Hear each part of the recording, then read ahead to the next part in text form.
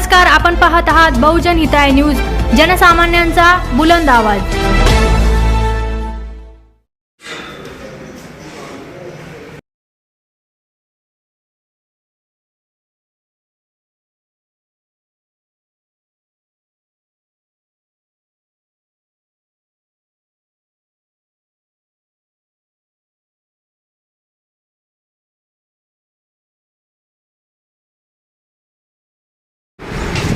आम्ही हे 2018ला निदर्शनात आणलं होतं। त्यांनी 11 कोटी 30 लाख रुपये टॅक्स त्यावेळेस लावला होता। मग तो असेसमेंट करून त्यांनी 2 कोटी 59 दिलं।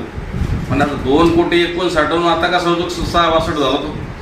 त्यांचंच पत्र आहे आमच्याकडे। बाजार समितीची परवानगी न घेता त्या ठिकाणी बिल्डिंग बांधली, एस टी डेपो बांधला। आमचा त्याला विरोध आहे आणि तो विरोध त्यांच्या सोयीनं करून घेण्यासाठी अनेक आमच्या आता बांधकामाच्या परवानग्या दाखल केल्या तर जाणीवपूर्वक देत नाही ती जागा आम्हाला रजिस्ट्री करून द्या त्यावेळी देऊ।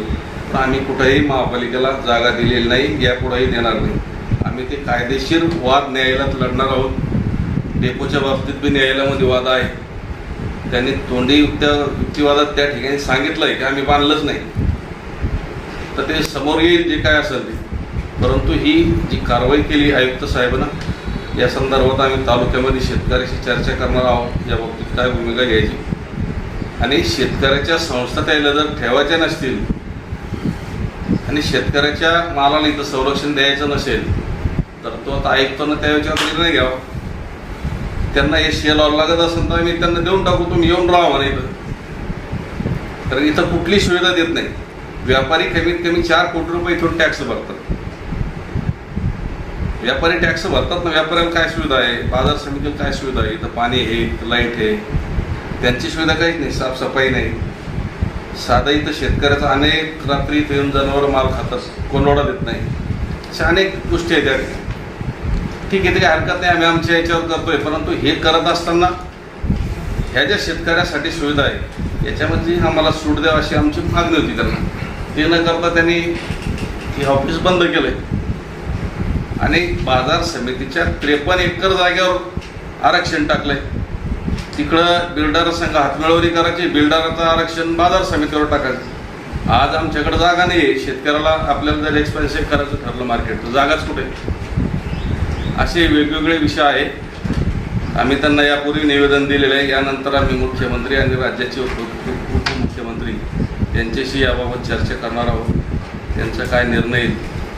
आणि हे जे महापालिकेच्या विरोधात आम्ही न्यायालयात दाद मागणार आहोत। आम्ही हे 2018लाच निदर्शनात आणलं होतं।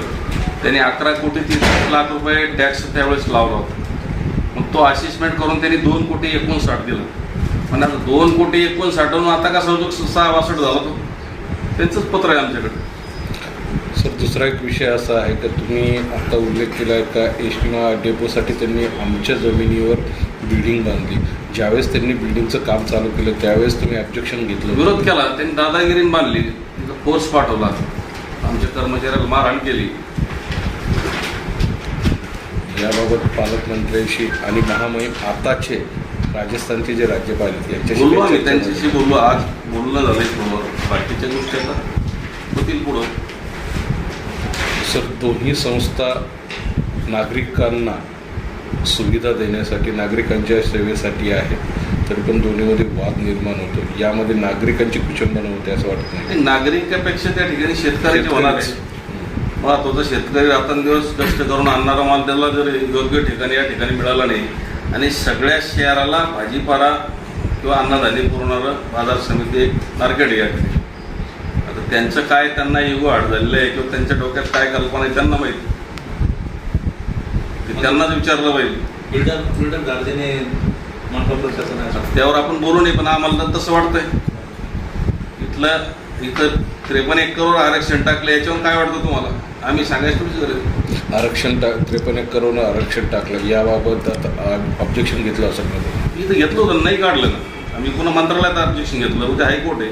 मुळातच ही जागा कमर्शियल ॲक्टिव्हिटीसाठी संपादन आहे, इथं आरक्षण टाकता कामच नाही।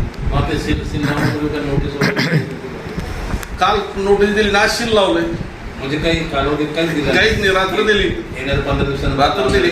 आमची लोकल बॉडी आहे इथं, एखादा निर्णय घेताना आम्हाला आमच्या संचालक मंडळाला नोटीस द्यावं लागते 7 दिवस अगोदर, त्यांना बोलावं लागतं, त्यांच्याशी चर्चा करावं लागते. जसं त्यांनी असं केलं की मी एकटा मालक घेतलं, म्हणजे मी चेकवर सही करून द्यायची आणि यांनी घेऊन जायचं, तर काय बॅलन्स आहे.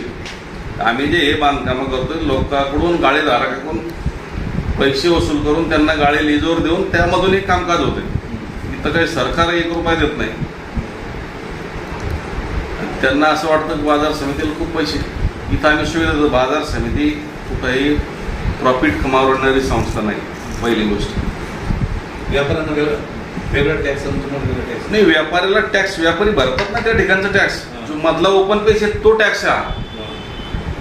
लक्षात आलं तुमच्या? शेतकऱ्याचा माल आल्यावर त्या शेडमध्ये पडतो, 2 साईडला व्यापाऱ्याचे दुकान आहे, व्यापारी त्यांचा टॅक्स भरतात. हा टॅक्सचा वाद तो आहे. बाकी आमचं ऑफिस झालं, हे झालं, रेग्युलर आहे टॅक्स आमचा. आणि तो मोकळ्या जागेचा त्याने जो आवाजचा सव्वा लावला होता, तो टॅक्स ऑलरेडीच कमी केला, तो पुन्हा त्याने तसंच दिलं. तर तुम्ही आता उल्लेख केलाय का महानगरपालिका काही सुविधा पुरवत नाही? काहीच नाही. जालन्यात बाजार समिती आहे, त्यांना महापालिकेत किती टॅक्स लावला ते विचारा. सिल्लोडला आहे, पैठणला आहे, राज्यामध्ये आहे ना सगळ्या ठिकाणी. बऱ्याच ठिकाणी टॅक्सच लावले जात नाही बाजार समितीला. सर मग दुसरे नोटीसमध्ये त्यांनी उल्लेख केलेला आहे का साहेब की महानगरपालिका अधिनियम 1949 अमुक नियमाप्रमाणे तुम्हाला ही नोटीस बजावण्यात येत आहे? आहे ना.